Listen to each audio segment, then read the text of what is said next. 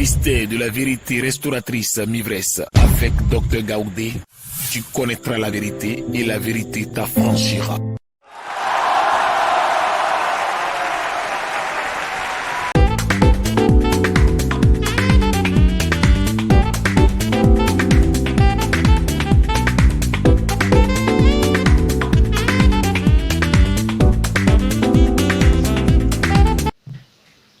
Amen. Je vous salue dans le nom de Jésus de Nazareth. Lui qui est la parole, et la parole est source de vie. Il va nous enseigner encore aujourd'hui. Ce n'est pas moi, c'est Jésus qui va nous enseigner. Dieu nous enseigner encore aujourd'hui. Dieu créateur de toutes choses visibles comme invisibles. Tu es la parole, Seigneur éternel. Donne-nous ta parole. Enseigne-nous. Forme-nous, édifie-nous, Seigneur.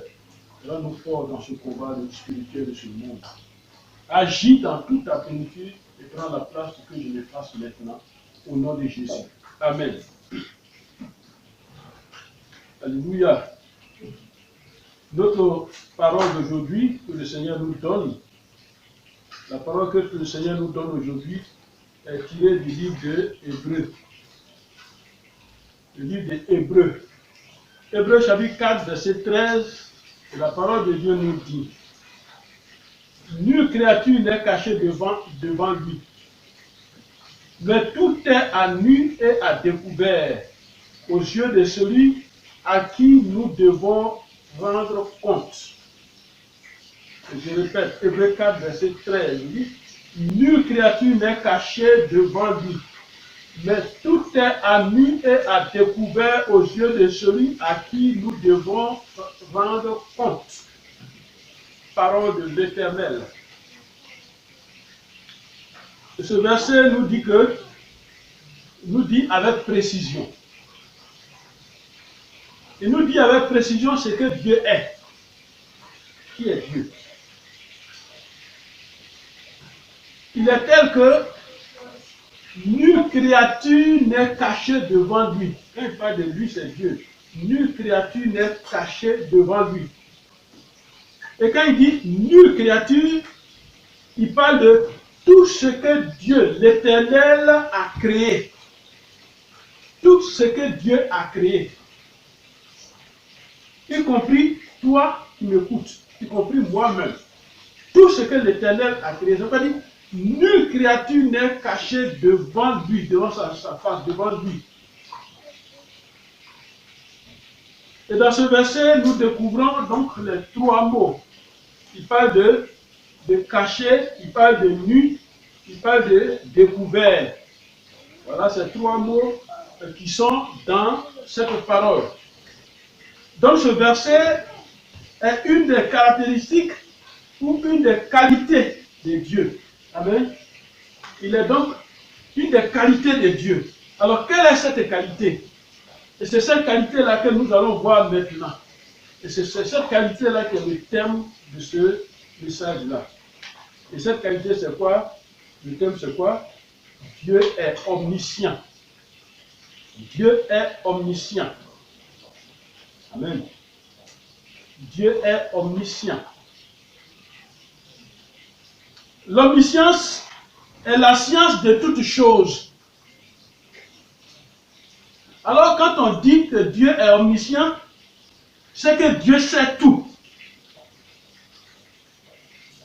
Y a-t-il sur la terre quelqu'un ou quelque chose qui sait tout, qui connaît tout?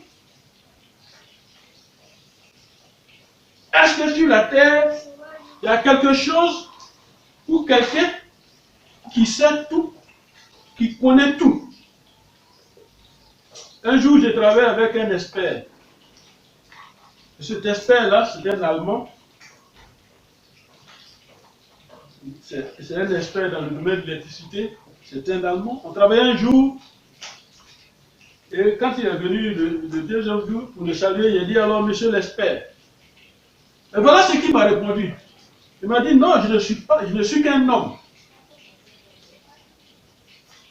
Vous savez, dans la vie, il existe des hommes et des femmes qui savent tout et connaissent tout.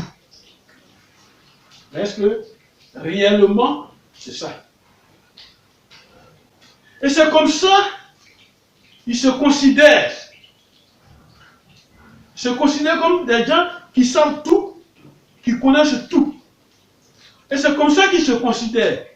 Alors quand vous causez à ces personnes-là, quand vous causez à ces personnes, c'est eux ceux qui monopolisent la parole.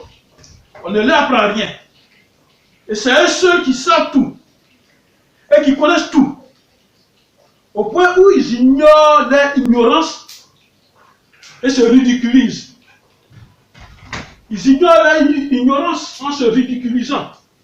Quand je répète ces mots-là, je pèse les mots, je les connais. Et je dis, ils ignorent leur ignorance. C'est-à-dire, ils ignorent qu'ils sont ignorants. Et ils se ridiculisent, ils ne savent pas.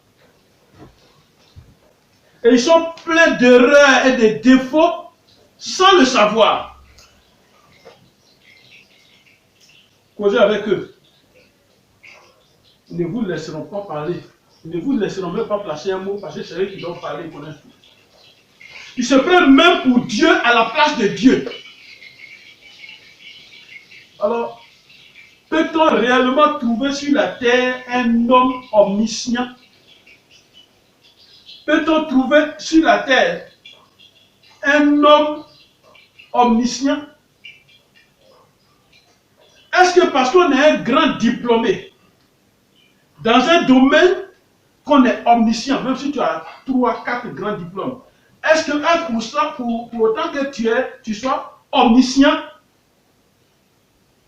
Écoutons bien la définition de l'omniscient dans la Bible avant d'entrer dans le vif du sujet. Et la parole de Dieu nous dit, dans Hébreux 4, verset 13, la parole de Dieu nous dit, et suivons bien, on a déjà vu, mais écoutez très bien ce qu'il dit. Il dit, nulle créature n'est cachée devant lui, mais tout est à nu et à découvert aux yeux de celui à qui nous devons rendre compte. Amen. Amen. Amen.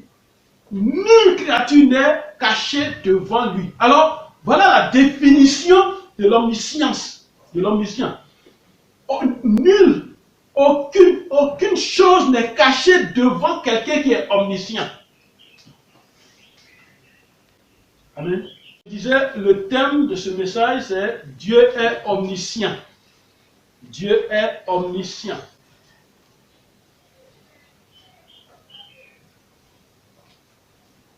Amen. Hébreux 4, verset 13. Et nous rentrons dans le vif du sujet. On peut aller? Amen. Je rappelle que le thème, donc, c'est Dieu est omniscient. Alors, chrétien ou pas, croyant ou pas, écoute-moi bien. Nous sommes venus dans un monde créé par quelqu'un, c'est Dieu. Celui-là qui a créé sa chose ou ses choses, il le connaît mieux que l'utilisateur. Amen. Il le connaît mieux que l'utilisateur. Je parle du créateur et de l'utilisateur. Je parle de l'inventeur et de l'exploitant. Qui des deux est plus informé? Quand je prends l'inventeur, celui qui a inventé sa chose, et celui qui exploite, qui est plus informé? Allons dans Isaïe 45. La parole de Dieu nous dit quoi? Dans Isaïe 45. Regardons la parole de Dieu. Isaïe 45, la parole de Dieu va nous parler. Prenons le livre d'Isaïe 45 et allons au verset 18. Et la parole de Dieu nous dit, prenons la parole. Car ainsi parle l'Éternel, le Créateur des cieux, le seul Dieu qui a formé la terre, qui l'a faite et qu'il a affermi, qu'il a créé pour qu'elle ne fût pas déserte. Amen. Qu'il a formé Qu'il a formé pour qu'elle ne fût habitée. et qu'elle fût habitée. Je suis l'Éternel. Je suis l'Éternel, Il n'en est point d'autre. il n'y en a point d'autre. Je suis l'Éternel, et il n'y en a point d'autre. C'est lui qui a créé toutes choses. Il a créé la terre de sorte qu'elle soit habitée. Par qui? Par les hommes, par les animaux, par tout. Tout. Les arbres, tout ce qui est là.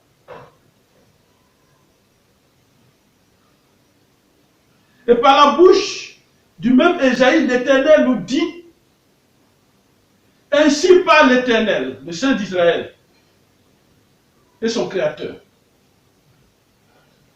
Veut-on me questionner sur l'avenir? C'est Dieu qui pose la question. Veut-on me questionner sur l'avenir? Est-ce qu'on veut me donner des ordres, moi, Dieu? On veut me donner des ordres sur mes enfants et sur l'œuvre de mes mains? Amen. Moi, Dieu. Isaïe 45, verset 11. Et c'est pourquoi il pose la question: est-ce que l'argile peut donner des ordres au potier? Amen. Je parle du potier et de l'argile. L'argile dit-elle L'argile dit-elle à celui qui la façonne: à celui qui la façonne: que fais-tu? que fais-tu? Est-ce que l'argile peut poser question? Que fais-tu? Toi qui m'écoutes. Un Dieu est omniscient. Il sait ce qu'il fait. Quand il fait, il connaît. Mais quand nous faisons, nous ne savons pas. Ce n'est qu'une prévision qui vient de nous. Nous ne savons pas la porter. Mais lui, il sait. Et c'est pourquoi il te pose la question. L'argile dit-elle au potier? Que ton œuvre, il Oui. n'y a point de main. Malheur à qui dit à ton père: Ouais. Bah, là, qui dit à son père? pourquoi m'as-tu entendu? Voilà. Amen. Et à Amen. ta mère: pourquoi m'as-tu enfanté? Merci. Amen. L'argile, c'est l'homme. C'est pourquoi, pour comprendre cette histoire-là, allons à Jérémie 18. Allons dans le livre de Jérémie 18. Et dans le livre de Jérémie 18, et nous allons comprendre cette histoire pour que toi qui suis cette vidéo, pour que toi-même tu notes.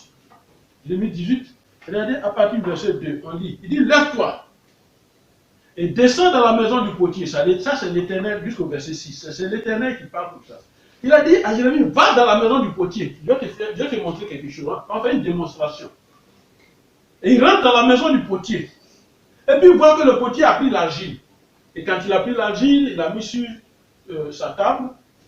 Et il a mélangé à l'eau. Il a commencé à malaxer. Lève-toi et descends dans la maison du portier. Là, je te ferai entendre mes paroles. Je te ferai entendre ma parole. Quelle parole?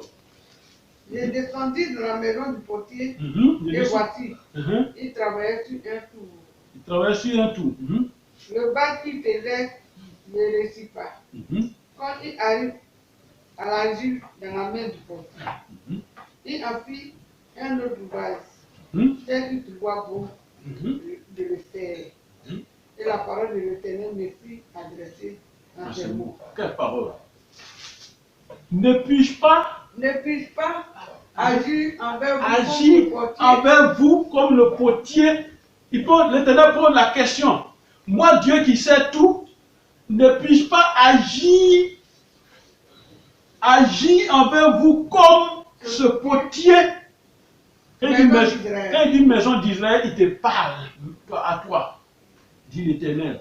Dit l'Éternel, voici comme l'argile est dans la main du potier. Il dit: regardez comme l'argile est dans la main du potier. Regardez comme l'argile est dans la main du potier. Regardez bien. Ainsi vous êtes dans ma main. C'est comme ça que vous êtes dans ma main. Maison d'Israël. Maison d'Israël. Voilà, l'argile, ça, c'est l'argile. Il dit: l'argile est dans ma main. Et puis, l'argile est dans la main du potier. C'est comme ça. Le potier peut en faire ce qu'il veut. Il peut même faire comme ça. Il peut tordre. Il peut faire un nœud. Il peut faire tout ce qu'il veut. Il dit: c'est comme ça, vous êtes dans ma main. Maison d'Israël. Maison d'Israël, c'est toi, c'est moi. Amen. Dieu est celui qui t'a créé. Celui qui fabrique une machine ou un appareil n'a pas besoin d'une formation sur ce que lui-même il a fait. Amen. Dieu est quelqu'un qui tire quelque chose du néant. Et il n'a pas besoin de rendre compte à quelqu'un. Il sait ce qu'il fait. Et quand il pose un pas, il connaît. Nous, quand nous posons un pas, nous ne savons pas que nous sommes en train de chuter. Mais lui, il connaît. Et c'est ce Dieu-là qui te demande de le suivre parce que quand il pose un pas, il pose un pas parce que lui sait le pas qu'il a posé, ce pas-là est un pas de gloire. Mais toi, ton pas, c'est un pas de malheur, c'est un pas de difficulté. Mais tu ne te tournes pas vers ce Dieu. Et il te pose la question. Ne puis-je pas agir envers vous comme ce potier? Amen. Amen. C'est lui Dieu qui donne une existence à quelque chose ou à quelqu'un.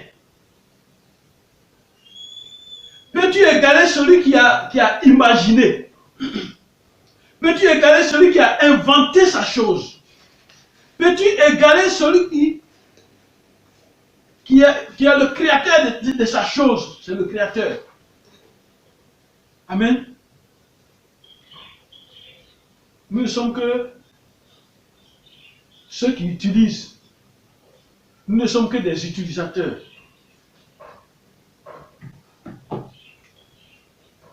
Alléluia. Amen. Tu utilises ton corps. Mais il y a quelqu'un qui a créé ce corps, il connaît ce corps. Il n'a même pas besoin de faire la médecine. Il dépasse les médecins. Il connaît le corps de l'homme. C'est pourquoi Jésus a dit, jusqu'à présent, vous n'avez pas demandé. Demandez, votre voix sera parfaite. Pourquoi? Parce qu'il connaît le corps de l'homme. S'il y a quelque chose qui manque, la pièce qui manque, tu demandes, il va te donner cette pièce parce qu'il y a des stockages de ces pièces chez lui là-bas. C'est ça le miracle. Tu utilises ta vie toi-même. Tu utilises tes pensées, tes cinq sens. Tu utilises ton opinion, tes opinions, ta volonté. Et tu exploites tous ces éléments de la création. Mais tu ne les connais pas. Tu fais tout ça, mais tu ne les connais pas. Nous les hommes, nous avons construit des écoles à cause de la connaissance dans ce monde. Mais les savoirs, amen, les savoirs ne suffisent pas seulement. Il te manque la connaissance de Dieu. Tu dois connaître Dieu. Il te manque cette connaissance. Tu dois connaître Dieu. Cela te permet de ne pas ignorer que Dieu, il sait tout, il connaît tout. La première vidéo sur ce thème, qui est Dieu, on a dit Dieu est omniprésent. Il est partout. Amen. Rien n'est caché devant Dieu. Toi qui m'écoutes. Tu n'es pas caché devant Dieu. Adam, après sa désobéissance, il pensait se cacher devant Dieu. C'est dans Genèse 3, verset 10. Il pensait qu'il pouvait se cacher devant Dieu. Et puis Dieu lui a dit, où es-tu? Il pensait qu'il était caché. L'homme peut cacher quelque chose. L'homme peut cacher une situation. L'homme peut cacher une affaire. L'homme peut cacher des informations à l'homme, mais pas à Dieu. Amen. Amen. Tu es à l'hôtel, Dieu te voit. Il le sait. Tu es en train de tuer un homme. Dieu te voit et il le sait. Il sait ce que tu fais. Tu mens. Dieu sait. Il n'a pas besoin d'un ordinateur détecteur de mensonges. Il sait que tu mens. Tu es en train de voler. Dieu le sait. Tous nos désirs, nos plaisirs et nos actes sont devant Dieu. Je répète. Tous nos désirs, nos plaisirs et donc nos actes sont devant Dieu. Et Dieu voit, il connaît. Pourquoi? Parce que tout ça ne lui est pas caché. Ce n'est pas caché devant Dieu. C'est pourquoi il pose la question, il dit, celui qui a créé les yeux ne voit-il pas? Lui, Dieu, il a créé les yeux, ne voit-il pas? Amen.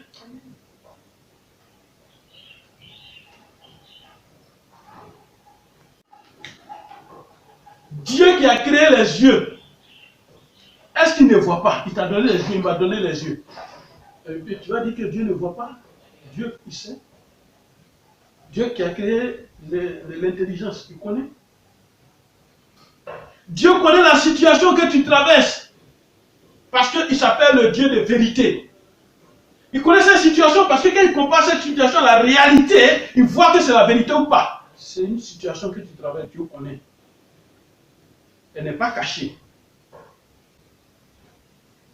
Vous deux seulement, vous savez, parce que tu l'as caché aux hommes, mais Dieu lui connaît. Toi, tu connais.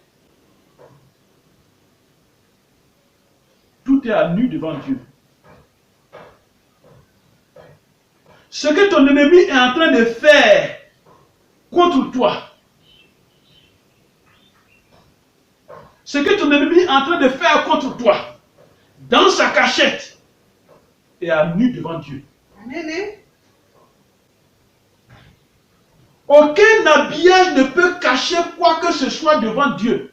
On peut construire un bunker, un mur d'épaisseur 1 kilomètre. Dieu voit, il sait, il connaît ce qui est dedans. Amen. Allons dans Isaïe 40, verset 27. Isaïe 40, verset 27. Écoutons la parole de Dieu. La parole de Dieu nous dit, dans Isaïe 40, verset 27, la parole de Dieu nous dit, et je lis, pourquoi dis-tu, Jacob? Quand il dit Jacob, il parle de toi. Pourquoi dis-tu, Israël? C'est toi. Ma destinée est cachée devant l'Éternel. Pourquoi tu dis ça? Ma destinée est cachée devant l'Éternel. C'est-à-dire, j'ai tellement de problèmes comme si Dieu m'a oublié. Alors, ma vie même est cachée devant Dieu. Il ne me voit pas. Il dit, pourquoi dis-tu cela? Isaïe 40, verset 27. Si tu me suis. Pourquoi dis-tu cela? Amen. Mon droit passe inaperçu devant mon Dieu. Pourquoi tu dis ça? Pourquoi tu dis que ce à quoi j'ai droit, ça passe inaperçu? Dieu voit. Il voit qu'on t'a ôté ton droit. On t'a privé ton droit. Dieu sait, il connaît. Ne pense pas que Dieu ne voit pas. Mais tu comprendras pourquoi Dieu a cette attitude, une attitude qui te fait dire que ta destinée est cachée devant Dieu. Dieu ne voit pas. On peut te maltraiter. Dieu voit. On peut te mettre en prison spirituelle. Dieu voit. On peut te mettre dans un canari. Dieu voit. On peut t'attacher. Dieu voit. Il connaît. Amen. Ta destinée n'est pas cachée devant Dieu.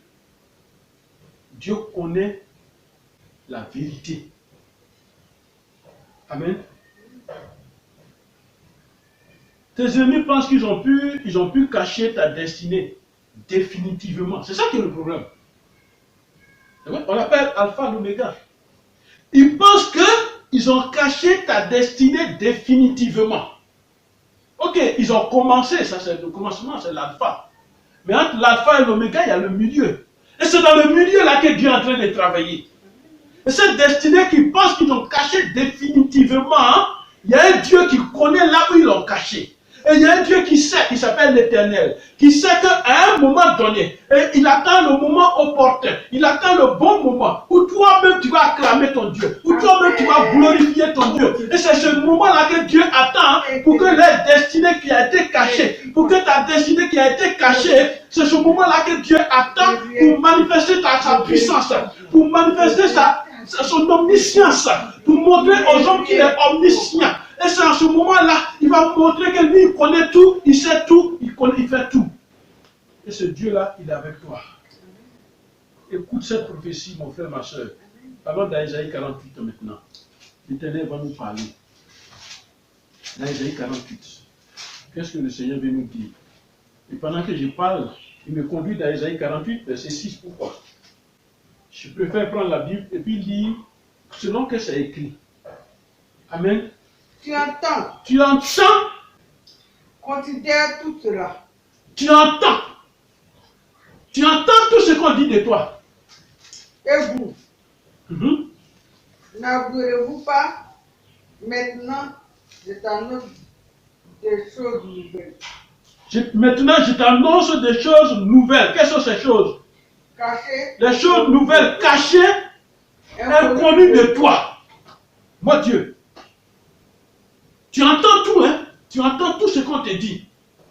Mais moi, Dieu, le moment est venu, je vais t'annoncer les choses cachées, les choses inconnues de toi, les choses que tu ne connais même pas. Ce qui est inconnu de toi, tu penses que tu as lu tous les écrivains. Tu penses que tu as un grand niveau intellectuel. Mais il y a quelque chose que tu ne connais pas. Il y a quelque chose qui te fatigue dans ta vie, que tu ne connais pas. Mais qui fait que malgré ton niveau, malgré ton rang, tu as toujours un problème. Mais moi, Dieu, il y a des choses que je vais te faire connaître aujourd'hui, des choses inconnues de toi. Amen. Quelles sont ces choses? Ésaïe 45, verset 3, regarde ce qu'il va nous dire. Ésaïe 45, verset 3. Je te donnerai des Il trésors. dit, voilà ce que Dieu veut faire. Il dit, je te donnerai des trésors cachés. Des richesses enfouies. Des choses qui étaient cachées, les trésors qui étaient cachés, parce que nous sommes en train de chercher sur la terre. On travaille durement et la sueur coule. Mais Dieu sait où se trouve le trésor qui est caché. Il dit, je te donnerai des trésors cachés, des richesses enfouies, et puis, afin que tu saches que je suis l'Éternel. Tu t'appelles par ton nom. Amen. S'il te dit, je t'appelle par ton nom, il connaît ton nom. En Dieu, en l'Éternel, ton ethnie n'a pas d'importance. En l'Éternel, que tu sois chinois, américain, quoi, russe, n'importe quoi, ça n'a pas d'importance. Dieu est celui qui a créé la langue. Dieu est celui qui a créé la parole. Et puis ta parole est devenue ton ethnie. Mais Dieu, il connaît ton nom. Même dans ton ethnie, si ton nom est compliqué à dire, Dieu connaît ton nom. Il dit, c'est moi Dieu, je connais ton nom. Mais je vais te montrer ce qui est caché, qui va t'enrichir. Je vais te montrer ce qui est enfui, qui va t'enrichir. Mais c'est parce que tu ne te tournes pas vers moi. C'est parce que tu ne te tournes pas vers la connaissance. La vraie connaissance qui est l'éternel. La vraie connaissance qui est la vie. Tu ne te tournes pas vers cette connaissance. Alors je te regarde.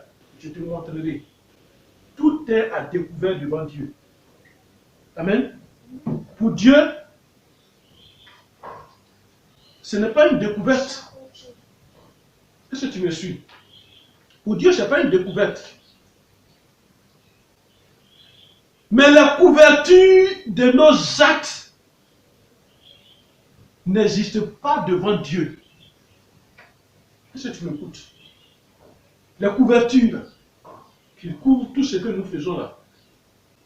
C'est-à-dire, tu es en train de faire quelque chose et puis l'ennemi vient, il couvre ça.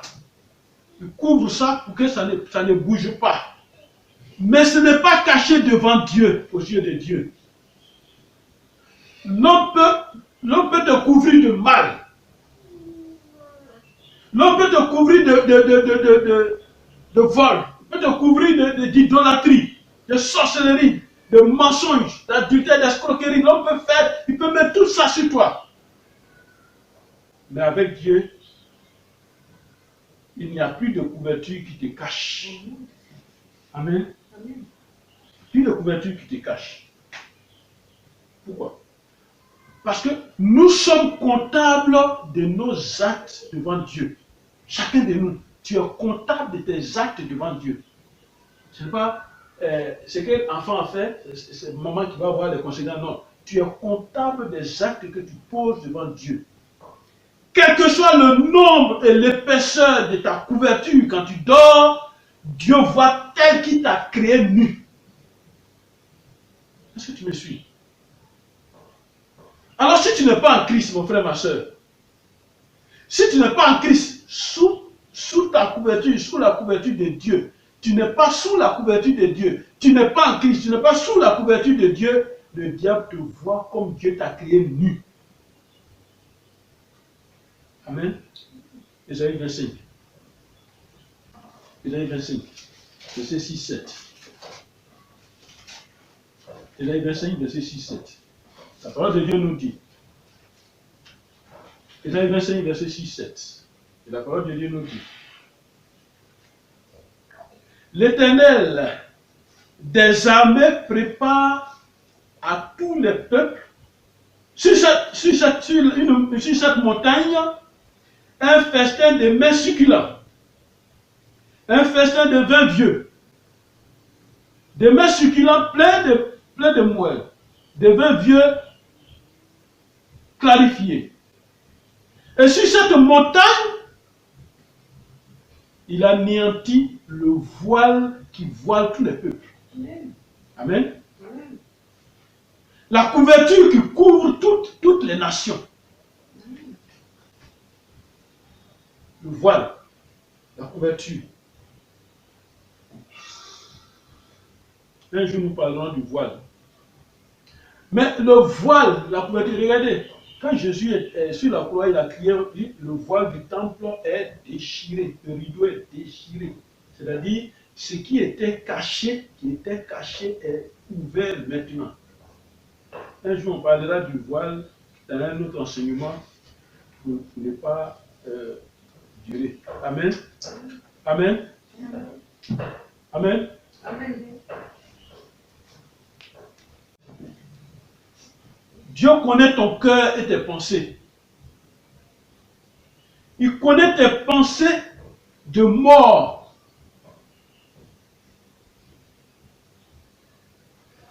Un jour, j'étais à la banque, on était rempli, il y a une femme qui dit, le guichet là ne marche pas. Quelles sont ces pensées de mort que tu as? On va chercher quelque chose, nous tous on croit. Mais toi, tu vois déjà le guichet ne marche pas. Pourtant, le guichet t'a pas dit qu'il ne marche pas. Pourquoi être aussi négatif dans la vie? Il connaît tes pensées de mort. Il connaît tes pensées de vie. Il connaît tes pensées de vol. Quand tu conçois le vol, quand tu prépares le vol, il connaît tes pensées de sorcellerie. Dieu connaît les pensées de sorcellerie. Alors toi, chrétien, c'est ça qui est ta peur. Mais Dieu, lui, il sait. C'est pourquoi il a dit, je vous enverrai le consolateur, l'esprit de vérité. Il vous dira tout ce qu'il aura entendu. Il n'y a pas un coin caché quelque part où Dieu ne peut pas aller pour entendre ce qui se dit. Même la pensée de l'homme, Dieu connaît. Amen. Amen. Il connaît tes pensées de projets. Tes projets, il connaît. Il connaît les meurtres que tu es en train de planifier, il connaît. Il connaît tes escroqueries. Que tu sois homme de Dieu ou pas, il connaît tes escroqueries. Il connaît. Et c'est lui seul qui sonde les cœurs et les reins, dit la parole de Dieu. Amen. Amen. Et quand tu parles du fond de ton cœur, Dieu sait ce que tu dis avant que ça ne soit conçu dans ton cœur. Dieu sait déjà. Aucun homme ne peut savoir ce qui est dans ton cœur, le cœur de l'homme là. Ta femme ne peut pas savoir ce qui est dans ton cœur, ton mari ne peut pas savoir ce qui est dans ton cœur, toi, maman, tu ne peux pas savoir ce qui est dans le cœur de ton enfant, tant qu'on ne t'a pas parlé. Et c'est Dieu seul qui connaît le cœur de l'homme. Amen. Vous savez, dans mon ethnie, il y a un proverbe qui dit, on dit, fais voir dans ta main, mais on ne dit pas fais voir dans ton cœur. On ne peut pas présenter le cœur pour dire, voilà ce qui est dans mon cœur. Alors si tu avais cette habitude de vomir tout ce qui est dans ton cœur pour donner, ok, tu es en train de prendre tout ton plan et tous tes secrets de vie pour donner à n'importe qui, mais tu ne connais pas l'homme. Il faut aller voir une de mes vidéos sur l'homme. Amen.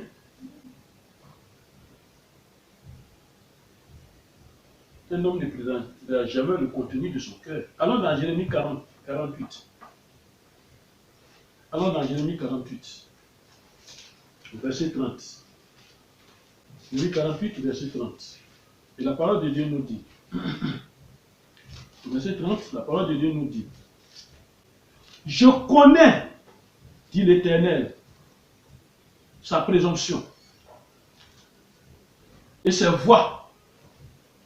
Je connais sa présomption et ses voix et ses vains discours et ses œuvres de néant. Ces discours-là, je connais. C'est-à-dire, quand tu parles, Dieu dit, ce qu'il est en train de dire, je connais déjà, je connais qu'il allait parler à telle heure. C'est pour cela qu'il te fait cette promesse. Invoque-moi, je te ferai connaître des choses cachées, des choses secrètes, des choses que tu ne connais pas. Jérémie 33, verset 3. C'est moi qui dois te montrer ce que tu ne connais pas. Ce n'est pas dans le dictionnaire. Ce n'est pas dans les grands livres des philosophes. C'est très bien. Ce n'est pas dans les grands livres des psychologues. Non. Mais moi, Dieu, je vais te faire connaître ce que tu ne sais pas. Jérémie 33, verset 3. Dieu est omniscient. Nulle créature n'est cachée devant lui. Tout chrétien doit connaître cette vérité. Dieu est omniprésent. C'est parce que tu ne connais pas que Dieu est omniprésent que tu as peur. Et tu ne connais pas que Dieu est omniscient que tu as peur. Tout chrétien doit connaître cette vérité. Toi qui m'écoutes, est-ce qu'une croix, un objet spirituel, une huile quelconque, une bague protectrice, un fétiche avec son pouvoir qui peut te cacher? C'est ça qu'il faut connaître. Est-ce que ce sont ces choses-là qui peuvent te cacher? La parole de Dieu dit dans Somme 147, verset 5. Notre Seigneur est grand et puissant. Par sa force, son intelligence n'a point de limite. Amen. Notre Dieu est grand et puissant par sa force. Son intelligence n'a point de limite. Même la parole n'est même pas sur ta langue, Dieu sait déjà. Amen. Dieu connaît déjà. Il connaît entièrement ce que tu veux. Amen. Il connaît. Même moi qui prêche. Il y a des paroles que moi-même je ne prépare pas, que moi-même je ne sais pas. Mais ça vient. Et pendant que je parle, Dieu qui connaît la portée de ce message, il me dit à chaque fois, prends tel verset encore. Et j'attends que c'est tel verset qui vient dans ma tête. Amen. Les sorciers, les féticheurs et tous ceux que tu crains, le monde des ténèbres, l'organisation, le gouvernement des ténèbres qui est dans les ténèbres, ils ne sont pas omniscients. C'est-à-dire quoi? Ils ne savent pas tout. Ils ne sont pas omniscients. Amen. Amen. Ils ne sont pas, je répète, les sorciers, les féticheurs et tous ceux qui sont dans le monde des ténèbres ne sont pas omniscients.